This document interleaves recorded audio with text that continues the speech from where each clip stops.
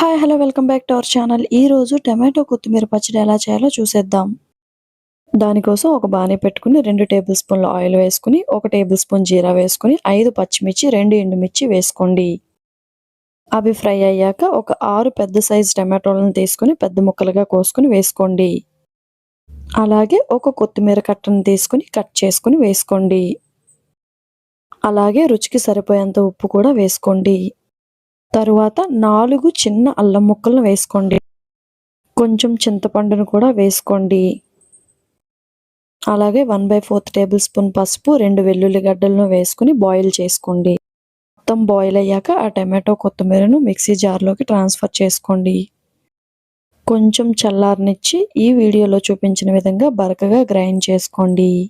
తరువాత 3 చిన్న గరిటెల ఆయిల్ వేసుకుని 1 టేబుల్ స్పూన్ ఆవాలు, అలాగే 2 టేబుల్ స్పూన్ శనగపప్పు వేసుకోండి. అలాగే 1 టేబుల్ స్పూన్ జీరా, 6 వెల్లుల్లి గడ్డలను చితుపుకొని వేసుకోండి.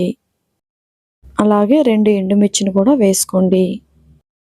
తరువాత కొన్ని కరివేపాకు రెమ్మలను వేసుకోండి. మనం ఆల్రెడీ గ్రైండ్ చేసి పెట్టుకున్న టమాటో కొత్తిమీరను ఈ తాలింపులో వేసుకుని ఒకసారి బాగా కలుపుకొని సర్వ్ చేసుకోండి. ఇలాంటి మంచి రెసిపీస్ కోసం ప్లీజ్ ఛానల్ని సబ్స్క్రైబ్ చేసుకోండి. వెళ్ళే ముందు ఒక లైక్ ఇచ్చి వెళ్ళండి.